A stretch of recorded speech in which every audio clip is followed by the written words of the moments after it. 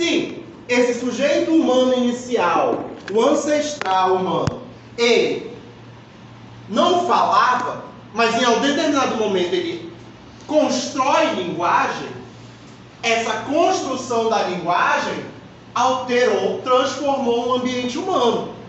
Agora o humano, ele pode também expressar alguma coisa. Um pensamento, um sentimento, um alarme de perigo. E essa transformação de um mundo que não falava para um mundo que começa a ter a presença da linguagem, altera o próprio sujeito humano. O sujeito humano histórico. A partir dali, todo humano que nasce é introduzido à linguagem. Ele não precisa aprender, a sozinho construir a linguagem para ele se comunicar. Ele é inserido na relação humana. É isso que se fala sobre essa transformação que o ambiente, que foi modificado pelo homem, também transforma ele mesmo. Ok? Quando eu falo esse homem, eu não estou falando do sujeito individual apenas, pode ser ele também. Mas eu estou falando do homem enquanto humanidade. Outro exemplo, já acho que usei esse exemplo na aula passada. O uso do fogo. Em algum momento da nossa espécie, o humano, aprendeu a dominar o fogo. Aprendeu a criar o fogo. Aprendeu a utilizar o fogo. Aprendeu a usar esse fogo para vários fins. A partir disso, ao longo das gerações, fogo começa a fazer parte crucial da nossa própria humanidade. Não há nada que talvez a gente utilize no nosso cotidiano que não tenha passado por algo relacionado a uma propriedade do fogo. Muitos aqui usam óculos. Em algum momento, óculos foi feito de vidro. Hoje já é feito de outros materiais. Mas vidro é feito de quê? Areia. Areia como? Areia derretida, a partir do fogo. Ou seja, até para conseguir aprimorar algo da nossa visão, quando ela é comprometida, teve o uso, em algum momento da nossa história, de um artefato que só foi possível a partir da transformação humana do próprio ambiente. Conseguem entender? Conseguem verificar isso?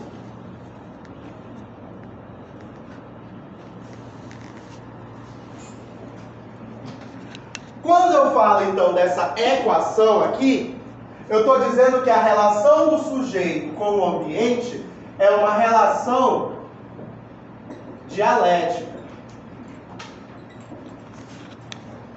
Como assim dialética? Eu não tenho como analisar o sujeito separado. Eu preciso analisar essa relação. De que forma a atividade daquele sujeito está transformando o mundo que ele vive, o mundo material, objetivo que ele vive, e como essa transformação também possa estar o atravessando. Então, a isso nós chamamos de uma relação dialética, de que ela só existe em relação. Que essa relação, ela não pode ser quebrada. A partir do momento em que eu quebro essa relação, eu estou isolando uma variável. E ao isolar essa variável, eu estou abstraindo, eu estou tornando essa variável abstrata. Porque ela não reflete a realidade concreta. Ok? Então, a crítica às teorias clássicas é em torno disso. Que se a relação ela não pode ser quebrada, as primeiras teorias da personalidade geralmente visavam quebrar essa relação. Estudar o sujeito apenas pelo sujeito. Apenas o próprio indivíduo. Ok? Nesse sentido, quando falamos de uma perspectiva histórico-cultural da personalidade, a gente precisa entender que esse sujeito ele não é mero produto social.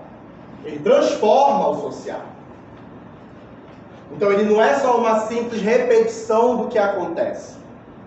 Nessa relação, algo também é produzido, é construído por esse sujeito. Ou seja, a singularidade individual existe. Cada sujeito é único, cada sujeito é singular, né? Nós já falamos bastante disso. Mas a sua construção é essencialmente genérica. Ou seja, o que seria universal não seria o sujeito. O que seria universal é como esse sujeito é construído. E o que é universal dessa construção do sujeito? Que o homem só se individualiza através do processo histórico-social. Isso é o genérico. Isso é o universal. Que não há sujeito no mundo que se humanize de forma diferente. Que todo sujeito só é construído, inserido num processo histórico-social. Tudo bem?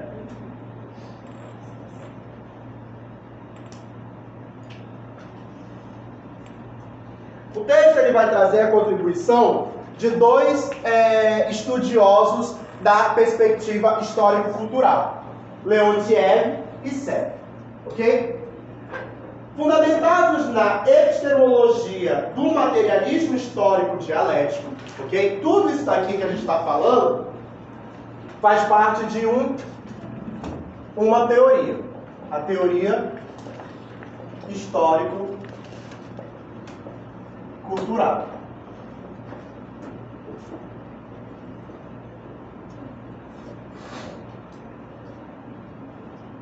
Que usa como principal ferramenta de análise o materialismo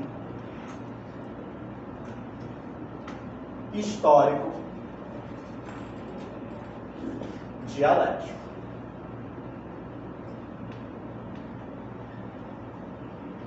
Ok? Então, pautado no materialismo histórico dialético, Leontiev e Sérgio construíram um arcabouço teórico sólido para compreender a personalidade humana. E quais são os princípios básicos desse arcabouço teórico, desse aporte teórico?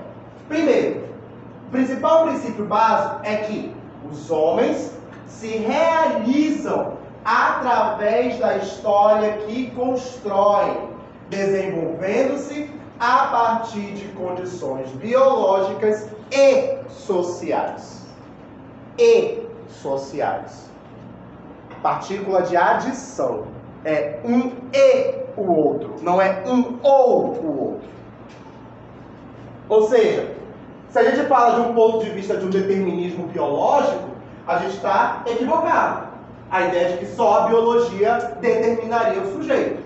Como eu disse, os primeiros humanos, biologicamente, né, tinham ali um arcabouço fisiológico, anatômico, que permitiam a vocalização de sons. Mas isso não necessariamente faz com que o sujeito fale. Para ele falar, o ato, a ação de falar, a atividade de falar, é produto humano. Se fosse biológico, aquele bebê hipotético que eu joguei no meio do mato e sobreviveu, falaria sozinho. Ele não fala. Ele pode ter a biologia necessária para isso. Mas se ele não estiver em relação humana, ele não fala. Ok?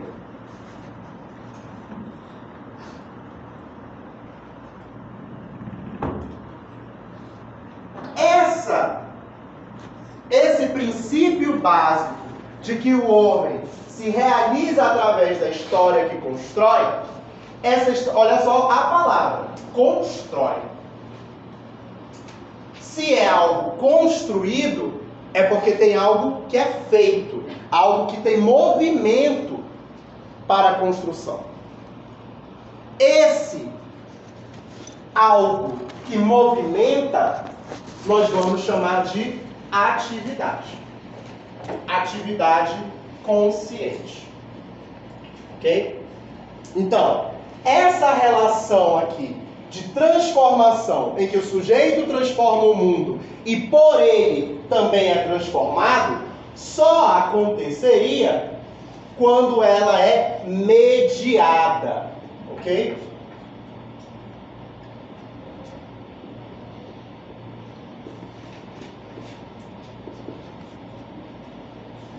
O que é mediado? O que significa que algo é mediado?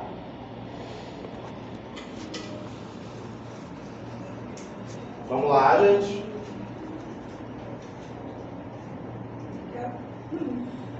Tem que haver interação dos dois lados para haver pensar em uma direção só para ir caminhando corretamente. Mais ou menos. Tá faltando um elemento, né? Não é comunicar? Oi? Comunicar? Mediar? Tá faltando uma coisa.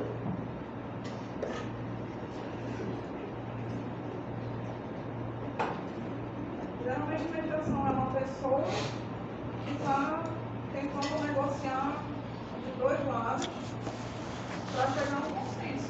Como que ela negocia? O que fica mais. Como? Não o quê?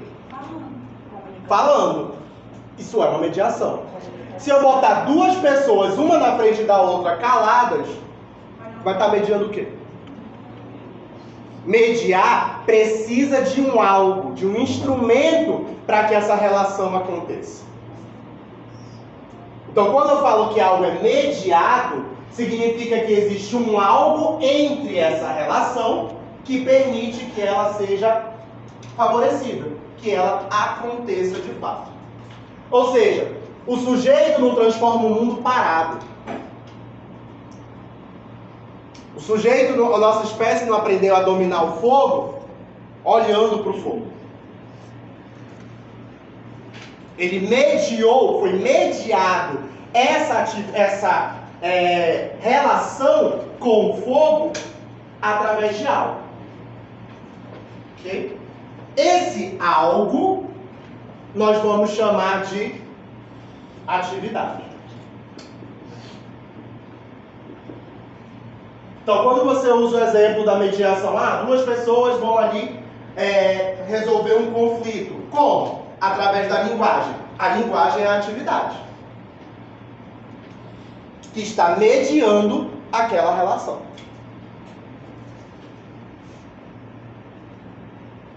Um bebê com a sua mãe não tem ali uma fala, uma linguagem complexa como um adulto vai ter. Como, então, que essa linguagem ela vai ser identificada e mediada ali? A partir da interpretação do cuidador aos sons, às emoções do bebê. Então, o bebê comunica. Ele também tem linguagem. Através da expressão corporal, a partir da expressão das emoções, a partir da vocalização, mesmo que não seja fala. Mas é uma atividade. E essa atividade é o que permite que a mãe entenda esse bebê em algum momento, que o pai entenda esse bebê em algum momento. Se fosse um bebê parado e uma pessoa parada, o que se tem para identificar? O que se acontece nessa relação? E aí a gente vai começando a entender que essa mediação ela se torna mais complexa. Porque mesmo parados, a gente pensa, a gente reflete, a gente cria. Isso também é atividade. Ok? Então, a atividade seria a mediação dessa relação. Então, a atividade humana consciente determina a formação de capacidades, motivos, finalidades e sentimentos. A gente vai falar um pouquinho mais dessas coisas daqui a pouco. Ok? O que a gente precisa entender é que esse homem, esse sujeito, se constitui enquanto sujeito através de atividade. Ok? E a isso, né, a esse complexo de situações, é que vão definir a existência psicológica do indivíduo. Então, a existência psicológica é o conjunto de processos pelos quais o indivíduo adquire existência psicológica no plano da pessoa real.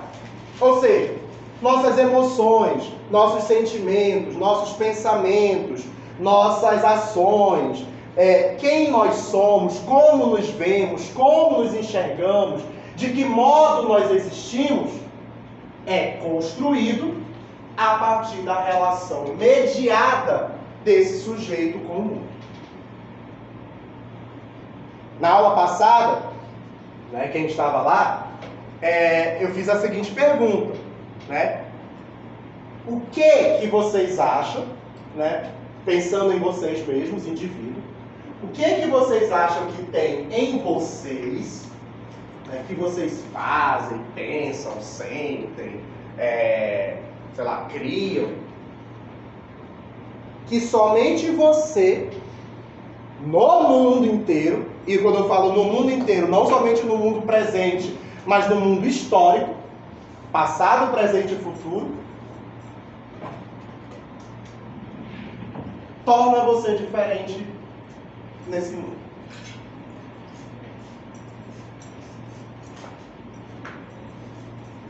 Uma coisa, só quero uma coisa.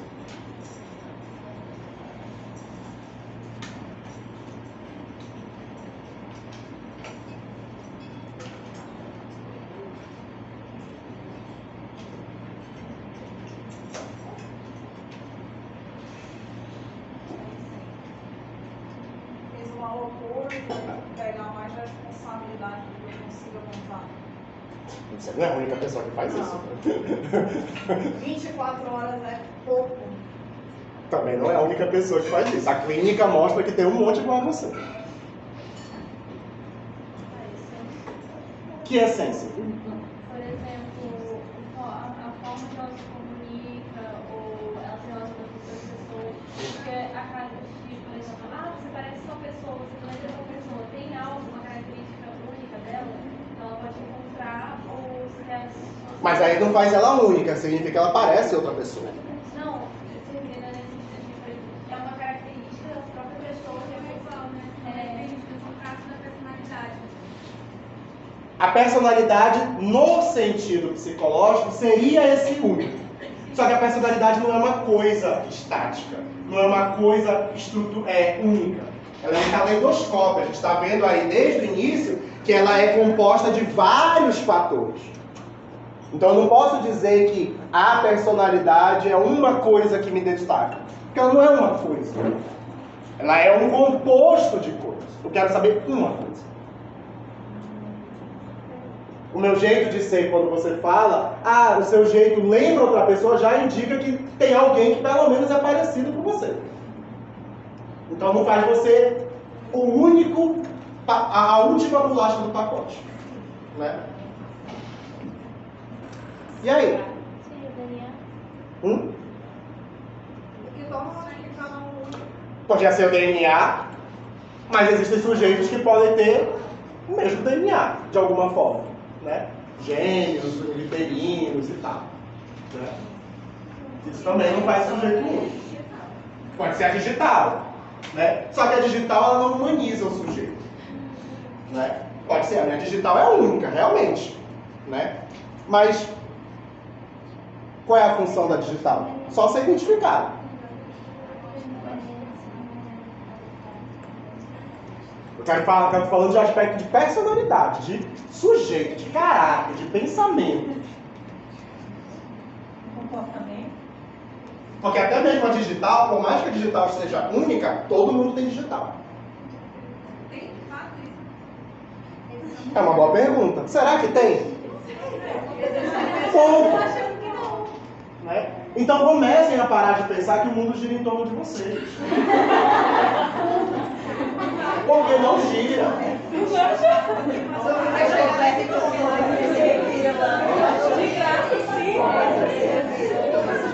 Pois é, gente. É de graça. A gente precisa entender que o que vai nos constituir enquanto singularidade é um complexo de fenômenos associados. A forma como esses fenômenos se associam é que vai tornar-nos diferentes. Todos nós temos relações familiares, mas as relações familiares que eu tenho podem ser diferentes da que você tem, da que você teve, mas podem também ser semelhantes à de outras pessoas. Okay? Mas não é só a relação familiar que me constitui. Eu também fui inserido numa escola, mas tem sujeitos que não são inseridos em escolas. Tem sujeitos que foram inseridos na mesma escola que eu fui. Okay? E mesmo assim, somente isso não é suficiente. Mesmo na escola, cada sujeito vai se relacionar com outras pessoas diferentes, com amigos diferentes que eu. E mesmo os grupos de amigos se relacionando com os mesmos amigos, não têm as mesmas relações familiares. Ou seja, a gente vai vendo que cada passo que a gente vai enxergando vai tornando tudo cada vez mais complexo. É nessa complexidade que a gente se singulariza. Parece paradoxal, parece antagônico, inclusive. Mas é isso. A singularidade não significa simplicidade. Significa complexidade. Eu me singularizo, eu me torno eu. Aí sim. O que eu posso dizer que me tornaria diferente de qualquer um de vocês? Porque não existe um Eduardo igual a outro Eduardo aqui. Mas não é que eu tenha uma característica que me determine. É que eu tenho todo um complexo de fatores que fazem com que eu seja eu. E aí sim, cada um de vocês é único, singular, nesse sentido. Porém, ainda volta a ideia de que o mundo não gira ao nosso redor. Por quê? Porque tudo isso só acontece de forma universal a partir da relação com o social. Então não tem ninguém aqui que pode dizer eu sou eu, porque eu fui criado no mato sozinho, sem a ajuda de ninguém. Não tem. Povos originários que vivem na floresta vivem em sociedade. Não pode se dizer que ele vive individualizado. Então, o que vai nos tornar singulares não é uma única coisa. Então, é porque eu sou inteligente. Porque eu sou bonito. Para minha mãe. Mas mãe mente. Que mãe mais faz a mentira. Nessa parte que você está falando aqui. Nessa parte que você está falando aqui, de pessoas, todo mundo acha que é só de jeito. E eu pensei muito sobre isso. Muitas pessoas acham que povos originários vão ter cabelo liso, vão ter uma cor mais morena, vão ter o olho puxado, o olho preto, e esquece totalmente que há um misto de pessoas que cada povo originário tem sua língua e tem povos aqui do Rio Poeiras, mas tem povos lá do Rio Purus. São pessoas diferentes, distintas diferentes. Então a gente não pode distinguir uma pessoa só por uma característica, só por um jeito de ser. Justamente. Isso me faz lembrar, por exemplo, teve uma notícia que eu estava lendo uns dias atrás, que fala muito aí, né, uso de uma forma meio jocosa, meio preconceituosa mesmo, da ideia do é índio de iPhone. Gente, a partir do momento em que esse sujeito originário se relaciona com o mundo urbanizado, ele já não é mais o mesmo. Mas isso não significa que ele deixou de ser indígena. Assim como vocês saírem daqui e irem para o Japão, não faz de vocês menos brasileiros. Só porque vocês estão comendo sushi todo dia. E nem comem sushi todo dia lá no Japão. Então, comecem a entender que essa relação produz mudança, mas também mantém particularidades que fazem parte da história de vida desse sujeito e da cultura a qual ele pertence. Ok? Então, existe muito essa ideia, não sei o que, isso a notícia que estava vendo é relacionada a alguns conflitos que estavam tendo, acho que no Senado, no parlamento e tal. E eu falo sempre repetidamente, né? A questão do índio de iPhone. Sim. Isso não deixa de menos indígena. Não existe uma característica única que vai te determinar que ele é indígena. Não é não usar iPhone que faz ele ser indígena. Isso é reduzir a complexidade do sujeito. Ok? Não é ter o olho puxado que vai te fazer orientar. A gente vê isso, por exemplo, tem uma amiga minha que ela é descendente de japonês. E ela é casada também com um descendente de japonês. Só que a gente conversando e tal, nas conversas de cotidiano, a gente conversa às vezes sobre as nossas vidas, e aí ela estava falando uma vez que na cultura japonesa, na sociedade japonesa, não é você ter o olho puxado que te faz japonês. É se você tem gerações de japoneses oficializadas no país de origem. Então, na relação que ela tem, ela e o marido dela, ela ainda é vista minimamente como japonesa do Japão. Ele é visto como estrangeiro.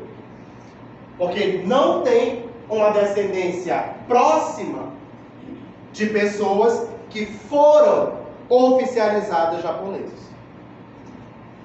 Então ele vai ser tratado, e ele é tratado, a gente conversou sobre isso, sobre essas diferenças, ele é tratado como um estrangeiro no Japão. Mesmo que quando a gente olhe para ele, ele é japonês, no estereótipo que a gente encontra do que é ser japonês. Isso é cultural também. Então ela tem privilégios diferentes dele por ter uma bachan, uma avó, um avô naturalizado japonês, por exemplo. Algo que ele não tem. Então, só ter o traço não faz dele japonês para a sociedade japonesa. Ok? Vamos dar uma pausa aqui. Intervalo. 15 minutinhos a gente retorna.